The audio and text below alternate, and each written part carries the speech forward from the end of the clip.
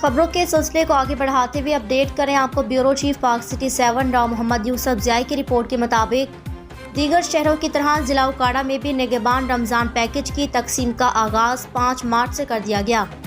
اس سلسلے میں deputy commissioner doctor محمد ذیشان حنیف نے اپنے پیغام میں کہا کہ وزیر اعلیٰ پنجاب مریم نواز کی ہدایت کی روشنی میں پنجاب حکومت کی جانب سے 2,35,000 مستحق خاندانوں تک ان کی تحریر پر راشن پہنچایا جا رہا ہے۔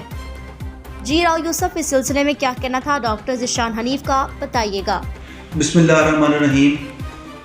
وزیر اعلیٰ پنجاب مریم نواز شریف صاحبہ کی خصوصی ہدایت کی روشنی میں حکومت پنجاب کی جانب سے نگہبان رمضان پیکج کا انعقاد کیا جا رہا ہے، جس کا باقاعدہ آغاز صبح 9 بجے بروز 5 مارچ کو کیا جا رہا ہے اور یہ پروسیس 10 رمضان تک جاری رہے گا۔